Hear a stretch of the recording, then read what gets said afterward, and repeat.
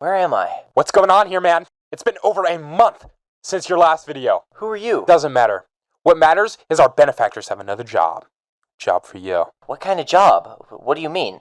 You're gonna have to make a video on a game you're all too familiar with. League of Legends. No, I can't go back. I can't play League again. No, I won't. I won't play League. You can't make me. You can't make me play League. No! If you've ever played League of Legends, you probably already agree with the title of this video, as League itself resembles a black hole in video game form, meaning it sucks you in, doesn't let you go, and folds you inside out so you're nothing more than a pile of wet goo. If you've clicked on this video unfamiliar with the Chinese psyop known as League of Legends, then you're in for a treat. League of Legends is a 5v5 team-based MOBA originally used as a CIA black site torture method at Guantanamo Bay, where you choose from a variety of champions to fight in a battleground known as Summoner's Rift. And when I say a variety of champions, I mean 7, all of whom were self-inserts into the game by a depressed Chinese programmer who was paid 5 UN an hour, each of whom are unbalanced, which is a core part of this fun experience. Satan Hitler Games, better known as Riot, couldn't balance a champion if they had a gun pointed at their mother's head. When I say some of these champs are unbalanced, I mean Riot thinks it's funny to give a character with poison damage an ability which lets him place invisible mushrooms wherever he wants, go invisible and be untargetable in bushes, and have his Q make you do no damage with your abilities. Also, he's one of the easiest champions to learn in the entire game. Ghost Baron. Oh my god. How about a character with so much lifesteal that if JFK was anything like him, Lee Harvey Oswald would have had to shoot him in the head with uranium-tipped 50 BMG hollow point rounds to even scratch his cranium. And while you're at it, also give him an ability to run at 50 miles an hour before launching himself like a ballistic missile, one-shotting anybody just in case you thought you could get away. If you already haven't jumped off a bridge due to sheer dread at the thought of having to face the Antichrist himself, then how about having your own teammates be against you? If you don't play with your friends in League, more than half the time you're going to be dealing with at least 3 to 4 crack-smoking monkeys who've never touched a keyboard in their entire lives. It's actually really surprising to see that these people haven't died in real life, considering they think that walking directly under tower to die repeatedly is a great game-winning strategy. It's like those turkeys that look directly up to drink rainwater but forget to close their mouths and drown, except the turkeys are my teammates and the rainwater is a 10-2 Warwick running towards them from bot jungle. To put it simply for non-League players, I'm never the problem and it's always my teammates' fault. The only tolerable teammates I've ever had were my friends Goobster and Netobaro, who are so soul-linked in lane I'm pretty sure if one of them died in real life, the other would drop dead instantly or explode into a shower of sparks. The least I can say is it pretty much looks like this when they walk into bot lane.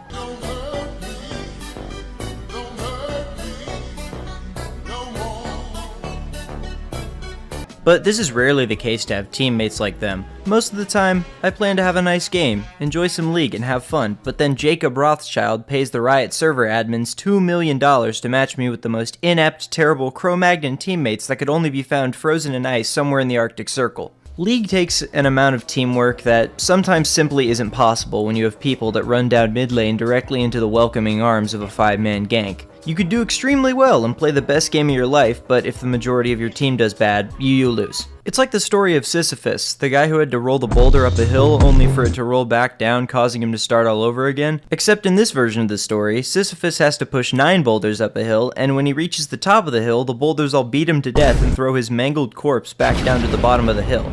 So that's how multiplayer works, except you're probably asking, DaRogue, how do I play the game? There's so many lanes and champs and items.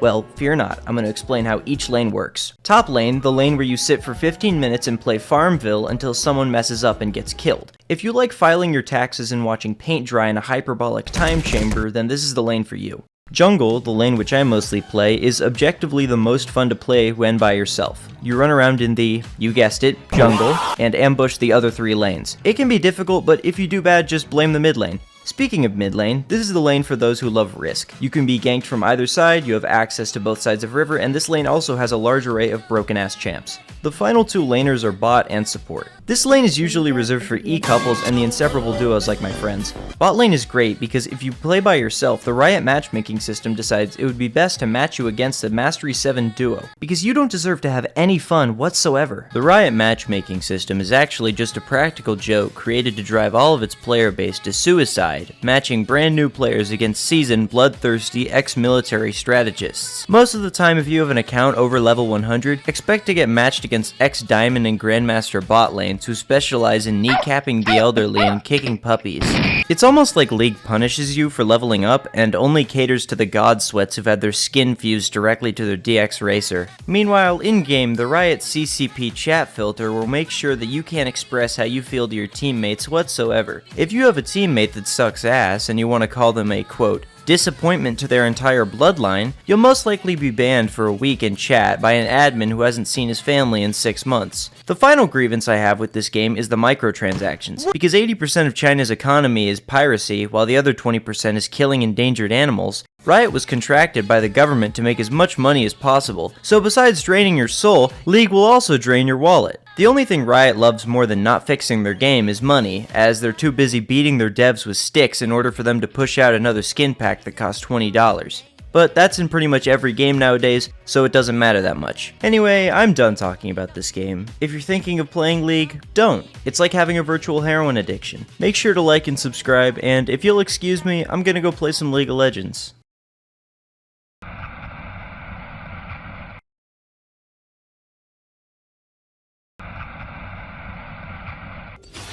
Hey, we get away with it. I'm so sorry. Man, I don't even want to play League anymore. I'm Joe. I'm sticking my Peter. This game is never fun.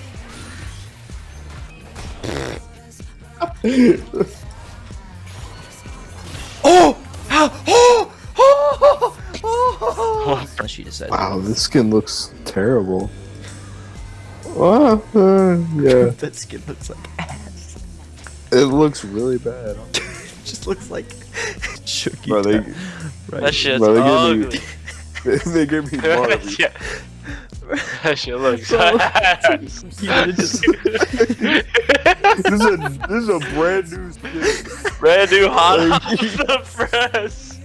Thrilling, you could say. Ooh, who's faster? Good. Let's see. Ooh, I'm faster.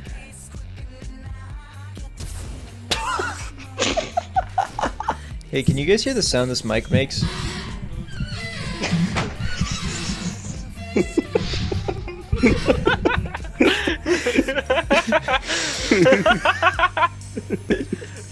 Is it the old rusty hinge I'm hearing? No, that is my mic stand. I think I just need to stop playing League. Alright guys, I'm gonna leave this game.